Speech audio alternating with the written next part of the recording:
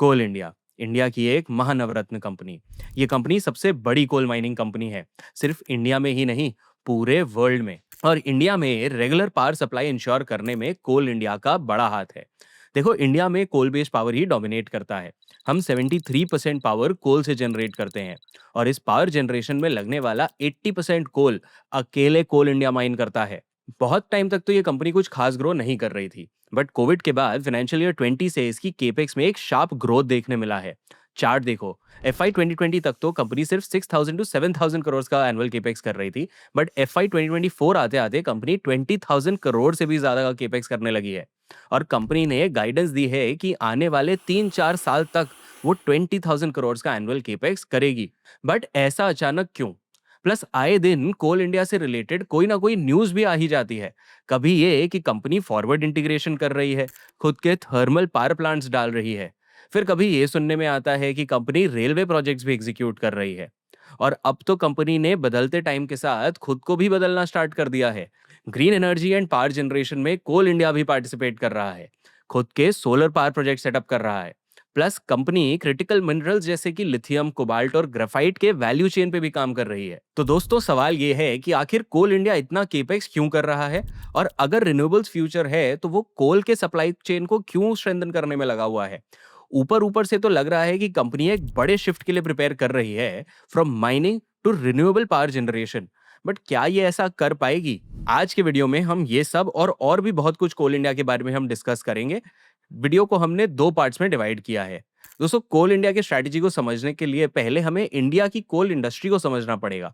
Mining related technicalities और government regulations इस sector को थोड़ा कॉम्प्लेक्स बनाते हैं, तो हम इसको आराम आराम से सिंप्लीफाई करेंगे। पार्ट 1 में हम कोल एज अ कमोडिटी को समझेंगे एंड उसके वैल्यू चेन के 5 स्टेप्स को डिटेल में एनालाइज करेंगे। फिर पार्ट 2 में हम कोल इंडिया के बैकग्राउंड, उसके केपेक्स प्लान्स और उसके स्ट्रैटेजी को एक्सप्लेन करेंगे। इससे आपको समझ आएगा कि कैसे कंपनी इंडिया के करंट एनर्जी नीड्स को बैलेंस करते हुए खुद को एक ग्रीन फ्यूचर के लिए रेडी कर रही है। अगर आपको कोल एज अ कमोडिटी के बारे में थोड़ा भी आइडिया है, तो आप वीडियो डायरेक्टली पार्ट 2 से देख सकते हो। इनसाइट्स बहुत है, तो लास्ट तक जरूर देखना। चलो शुरू करते हैं।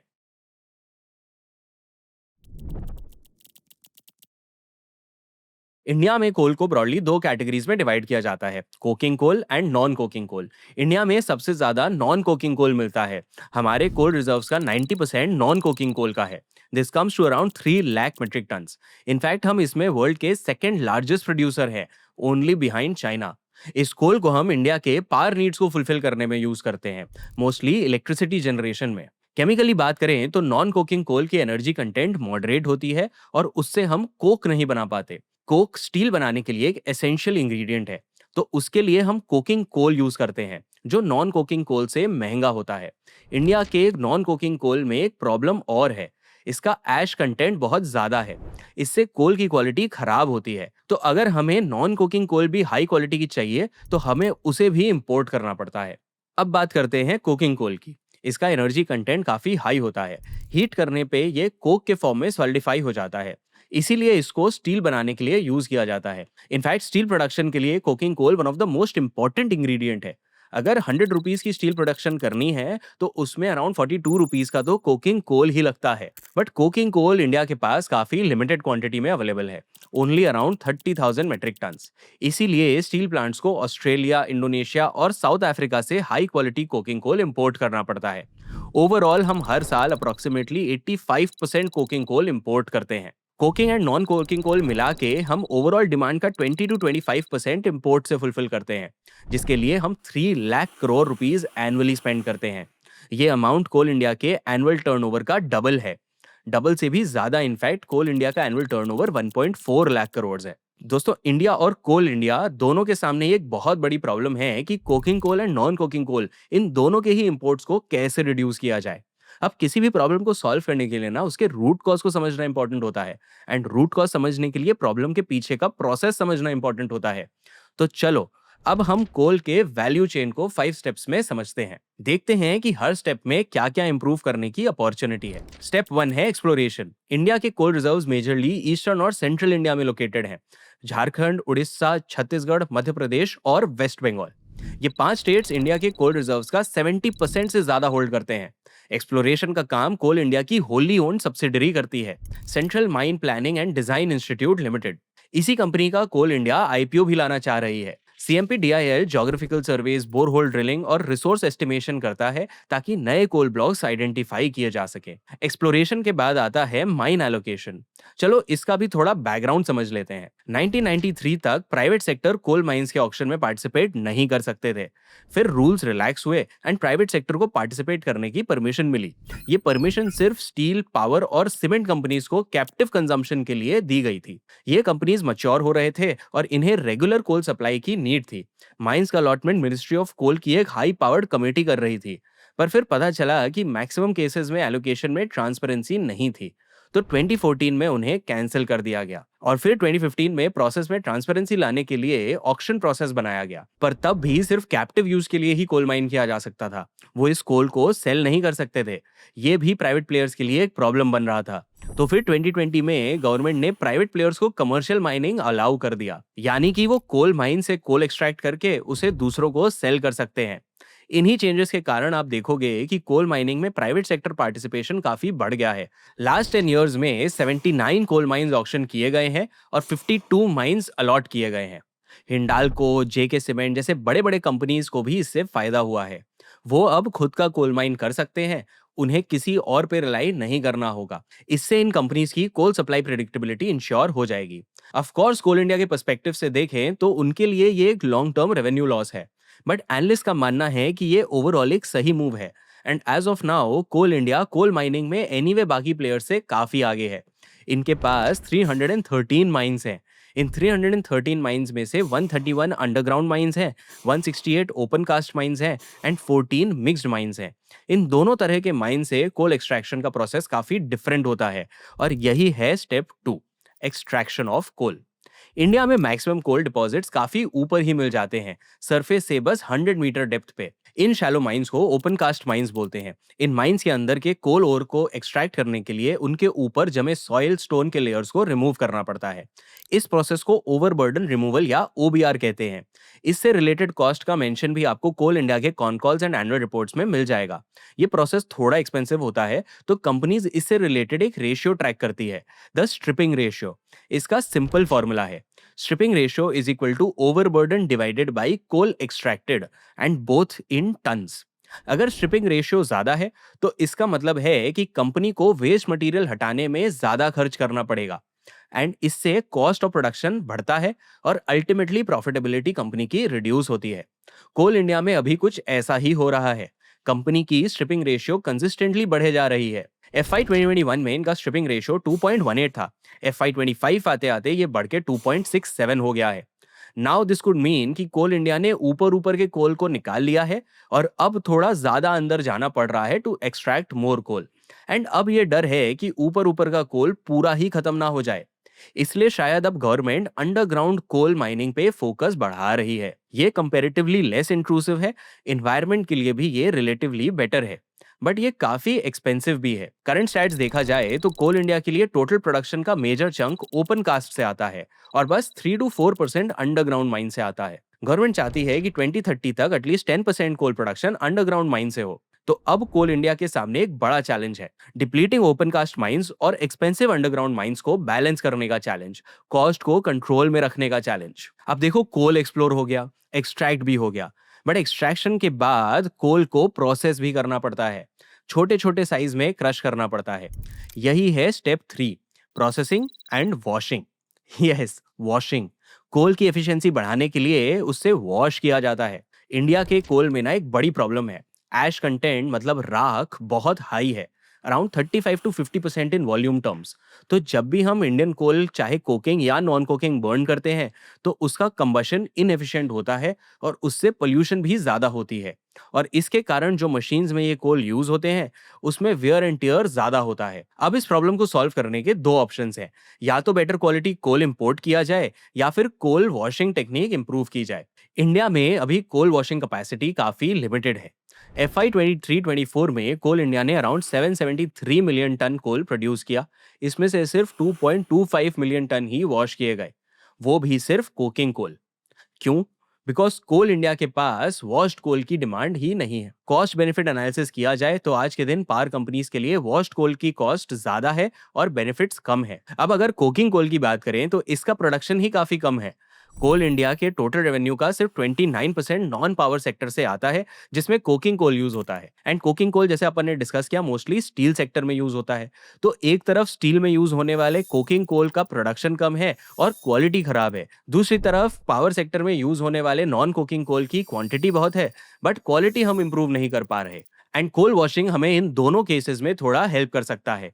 और ये Mister Amit Lal Meena, secretary of ministry of coal का भी मानना है that if we enhance the capacity of washeries for coking and non-coking coal, India can significantly reduce its reliance on coal imports. तो हमें जल्द से जल्द फिगर करना होगा कि कैसे कोल वॉशिंग के कॉस्ट कम किए जाएं, उसको फेवरेबल बनाया जाए ताकि ओवरऑल इंपोर्ट्स कम हो सके। अब दोस्तों प्रोसेसिंग के बाद आता है step number 4, sales and marketing.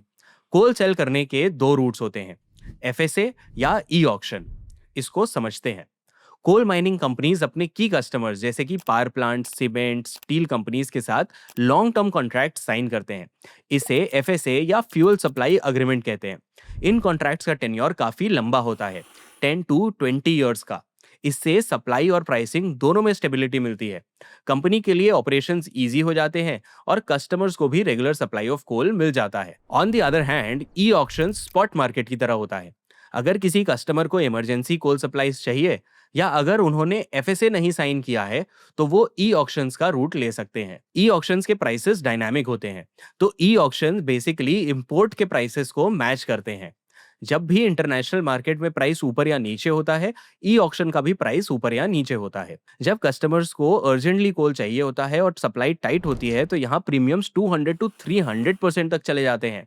इसीलिए ई ऑक्शंस में कोल इंडिया जैसे कंपनीज को हायर मार्जिन मिलते हैं। कोल इंडिया का रेवेन्यू स्प्लिट देखो, around 80% of net sales FSA से आता है। उसके बाद e auction second highest revenue generating unit है, जहां से बाकी 17 to 18% आता है। अब आप सोचोगे कि क्योंकि मार्जिन ई ऑक्शन में ज्यादा है तो प्रॉफिट बढ़ाने के लिए कंपनी को इसी सेगमेंट को ग्रो करना चाहिए। बट कोल इंडिया चाह कर भी एफएसएस रिड्यूस नहीं कर सकता है। अगर वो ई ऑक्शंस इंक्रीज करने जाएंगे तो कस्टमर शायद इंपोर्ट्स ही प्रेफर करने लगे और ये हमारे कंट्री के फॉरेक्स रिजर्व्स को काफी फास्ट डिप्लीट कर सकता है। इसीलिए नियर मोनोपोली होने के बावजूद कोल इंडिया एक प्राइस टेकर है और ई ऑक्शन उसके रेवेन्यू मिक्स में 20% से कम कंट्रीब्यूट करता है। अब कोल माइन हो गए, प्रोसेस हो गए, कस्टमर्स भी मिल गए, लेकिन कोल इंडिया का काम यहाँ खत्म नहीं होता। इसके बाद आता है एक बहुत ही क्रूशियल स्टेप, कोल इवैक्यूएशन। मतलब जो कोल ग्राउंड से निकाला है उसे टाइमली और एफिशिएंटली पावर प्लांट्स या दूसरे कंपनीज तक पहुंचाना। यही है step number 5, evacuation and transportation of coal. In fact coal के वैल्यू चेन का ये एक बहुत बड़ा चोक पॉइंट भी है। काफी बार पावर आउटेजेस इसलिए होते हैं क्योंकि कोल सप्लाईज टाइमली पावर प्लांट तक पहुंचे ही नहीं। इसके लिए ये एक क्रूशियल स्टेप है जिसके चैलेंजेस को समझना बहुत इंपॉर्टेंट है। सबसे बड़ा प्रॉब्लम है डिसजॉइंटेड लॉजिस्टिक्स। ये ग्राफ देखो, कोल इंडिया का 50 to 60% ट्रांसपोर्टेशन रेल या रेक से होता है। ये इसलिए है क्योंकि ये सबसे सस्ता मोड ऑफ ट्रांसपोर्ट है, लेकिन ये बहुत प्रॉब्लम्स भी क्रिएट करता है।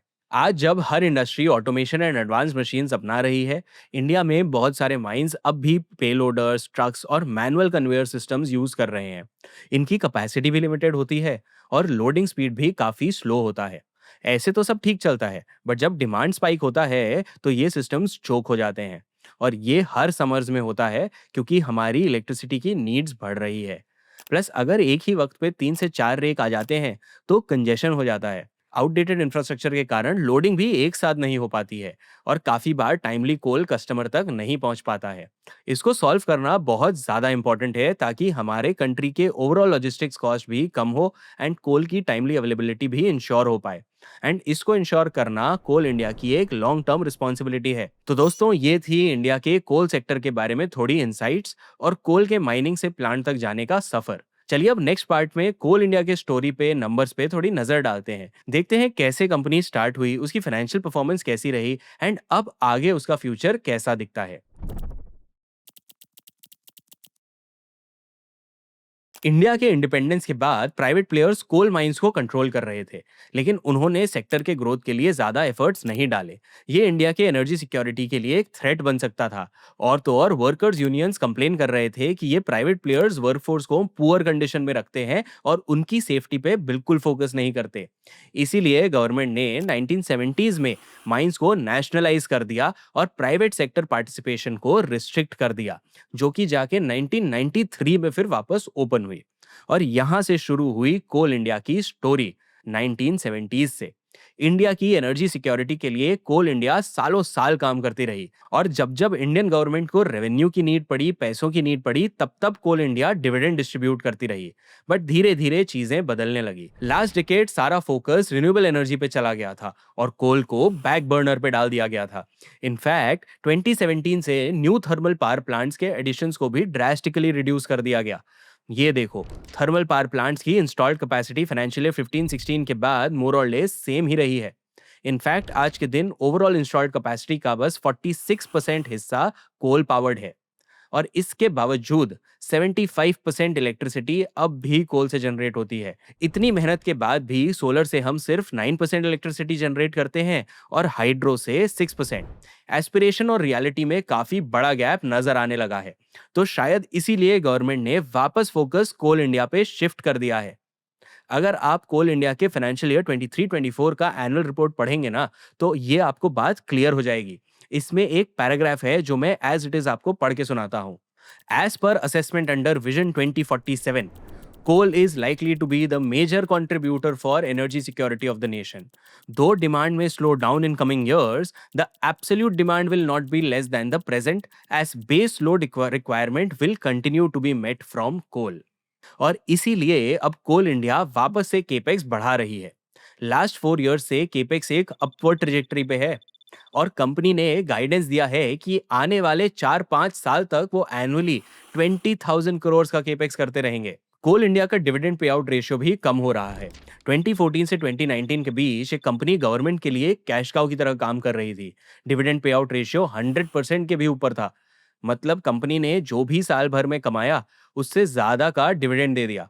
बट 2021 ऑनवर्ड्स कंपनी ने ये रिड्यूस किया है, जो इंडिकेट करता है कि कंपनी ग्रोथ अपॉर्चुनिटीज एक्सप्लोर कर रही है।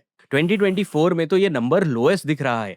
तो नंबर्स रीड करके ऐसा लग रहा है कि कोल इंडिया डायरेक्शन चेंज करने के मूड में है। कोल इंडिया मीडियम टर्म के लिए खुद को प्रिपेयर कर रही है। साथ ही साथ कंपनी लॉन्ग टर्म में भी इंडिया के एनर्जी नीड्स को सेटिस्फाई करने के लिए, सेफगार्ड करने के लिए स्ट्रैटेजी रेडी कर रही है। आखिर कंपनी बनाई ही इसलिए गई थी कि इंडिया की एनर्जी नीड्स को फुलफिल कर पाए।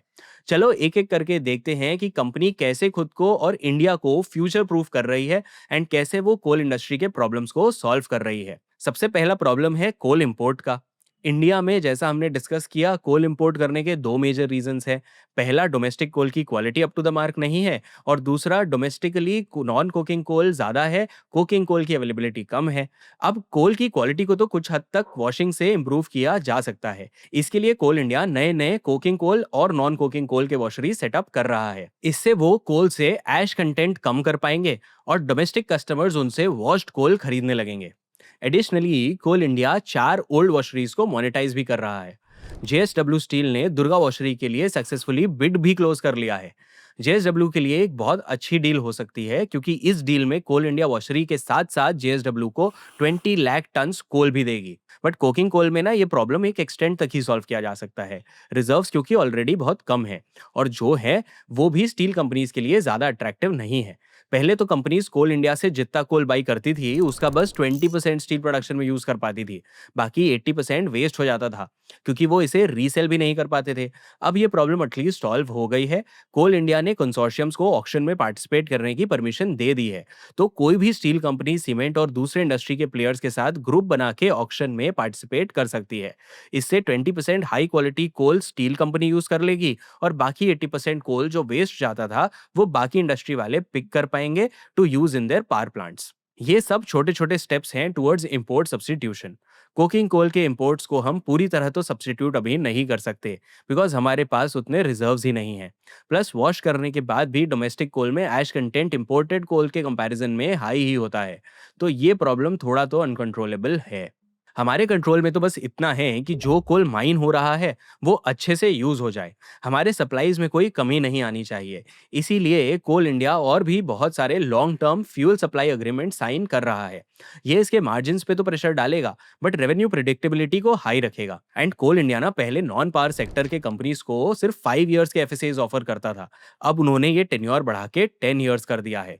कोल के इंपोर्ट्स को रिड्यूस करने के साथ साथ कंपनी अब बाकी सेक्टर्स में भी इंपोर्ट रिड्यूस करने की कोशिश कर रहा है, और ऐसे सेक्टर्स जिसमें कोल एक रॉ मटेरियल भी है। शायद इसीलिए कंपनी अब अमोनियम नाइट्रेट और यूरिया का प्रोडक्शन भी कर रही है। लखनपुर में भेल के साथ कोल इंडिया ने एक जॉइंट वेंचर बनाया है जो कि कोल गैसिफिकेशन पे फोकस करेगा। ये plant 13 lakh ton of coal से 6.6 लाख टन अमोनियम नाइट्रेट बनाएगा। Interestingly ammonium nitrate Coal India के लिए की इनपुट भी है। वो इसे अपने कोल माइनिंग ऑपरेशंस में एक्सप्लोजिव्स की तरह यूज करती है। तो अमोनियम नाइट्रेट को वो कैप्टिवली भी कंज्यूम कर पाएंगे और इंपोर्ट्स रिड्यूस करने में भी हेल्प कर पाएंगे। अमोनियम नाइट्रेट के साथ साथ कंपनी यूरिया में भी डाइवर्सिफाई कर रही है। इसके लिए कंपनी ने 2 कंपनीज के साथ जॉइंट वेंचर अग्रीमेंट किया है, हिंदुस्तान उर्वरक रसायन लिमिटेड या HURL और तलचर फर्टिलाइजर्स, ये 2 कंपनीज के साथ। दोस्तों, कोल इंडिया का डाइवर्सिफिकेशन सिर्फ इंपोर्ट सब्स्टिट्यूशन तक लिमिटेड नहीं है, बल्कि कंट्री के एनर्जी नीड्स को एफिशिएंटली फुलफिल करने के लिए भी कंपनी और इनिशिएटिव्स ले रही है। कंपनी अब खुद के थर्मल पावर प्लांट्स भी लगा रही है। कंपनी महानदी बेसिन के पास 2 800 मेगावाट के सुपर क्रिटिकल प्लांट सेटअप कर रही है। लोकेशन डेलिबरेटली माइन के पास में चुना गया है, जिससे कि टेक्निकल भाषा में पिटहेड कहा जाता है। इससे 2 बेनिफिट होंगे, ट्रांसपोर्टेशन कॉस्ट कम हो जाएगा और कोल इवैक्यूएशन एफिशिएंटली हो पाएगा। Basically Coal India is hoping कि इन प्रोजेक्ट से हमारी कंट्री की फॉरेक्स आउटगो कम हो एंड कंपनी की फ्यूचर सिक्योर रहे। न्यू रेवेन्यू स्ट्रीम्स टैप करने के साथ साथ कोल इंडिया न्यू माइंस भी टैप कर रहा है। ओपन कास्ट माइनिंग ने आज तक कोल इंडिया को स्केल दिया है, लेकिन रिजर्व्स शैलो होते जा रहे हैं। तो अब अंडरग्राउंड माइनिंग को रिवाइव किया जा रहा है। FY24 में उन्होंने 11 abandoned underground mines private players को रेवेन्यू शेयरिंग बेसिस पे दिए। ऐसे 13 और माइंस पाइपलाइन में है। इससे कोल इंडिया का ऑपरेशनल लोड एंड केपेक्स दोनों कम होता है। और सिर्फ अंडरग्राउंड माइंस ही नहीं, कोल इंडिया ओपन कास्ट माइंस में भी प्रोडक्शन बढ़ाने की कोशिश कर रहा है। अब जहां माइनिंग एक्टिविटीज रैंप अप किए जा रहे हैं, वहां लॉजिस्टिक्स भी बेटर होने ही चाहिए, वरना इन्वेंट्री पाइलअप का रिस्क बढ़ जाएगा और इन्वेंट्री पड़े पड़े खराब हो जाएगी। इंडियन गवर्नमेंट ने कोल लॉजिस्टिक्स इंप्रूव करने के लिए implementation of coal logistics policy launch की है। इस प्लान के 3 मेजर टारगेट्स हैं। पहला, 90% कोल हैंडलिंग मैकेनाइज्ड वे में हो। इसके लिए गवर्नमेंट 30,000 करोड़ के 102 फर्स्ट माइल कनेक्टिविटी प्रोजेक्ट्स 2028 तक कमीशन करेगी। दूसरा, 2030 तक हम 86% कोल इवैक्यूएशन रेल रूट से अचीव करना चाहते हैं। इसके लिए 1 लाख एक्स्ट्रा वैगन्स लगेंगे। इसका इनडायरेक्ट बेनिफिट टीटागढ़ वैगन्स और जुपिटर वैगन्स को हो सकता है। तीसरा, 37 रेलवे प्रोजेक्ट्स और रेल रूट्स आइडेंटिफाई किए गए हैं जिन्हें डेवलप किया जाएगा। इनमें से काफी प्रोजेक्ट्स कोल इंडिया खुद फाइनेंस कर रही है। तो दोस्तों, आपने इन सारे सोल्यूशंस में एक पैटर्न देखा। ये सब ही कोल के अराउंड रिवॉल्व करते हैं। मीडियम टर्म में तो ये इंपॉर्टेंट है, लेकिन कोल इंडिया को भी पता है that the clock is ticking for them. Eventually coal एक सनसेट सेक्टर बन ही जाएगा। तो ऐसा लग रहा है कि कोल को मीडियम टर्म में मिल्क करके कंपनी एक मेगा पिवट प्लान कर रही है, वो भी ग्रीन एनर्जी में, जो एक एवरग्रीन सेक्टर बन सकता है। प्लस क्लीन एनर्जी जनरेशन में कुछ की मिनरल्स यूज होते हैं, तो कोल इंडिया उनकी माइनिंग्स में भी असिस्ट कर सकता है। 2024 में कोल इंडिया को उनका पहला क्रिटिकल मिनरल एसेट मिला, मध्य प्रदेश का एक ग्राफाइट ब्लॉक, और अभी रिसेंटली छत्तीसगढ़ में उनको ग्राफाइट और वेनेडियम का ब्लॉक मिला। कोल इंडिया की इसमें सिनर्जी भी है कि उनके पास माइनिंग ऑपरेशंस और सप्लाई चेन मैनेजमेंट का एक्सपीरियंस है। उनको गवर्नमेंट एजेंसी से बहुत सपोर्ट मिलता है, तो अप्रूवल्स और परमिट्स आसानी से मिल जाएंगे। और उनके पास सबसे इंपॉर्टेंट चीज है access to capital. High capex करने के बावजूद कंपनी का free cash flow mostly positive ही रहा है।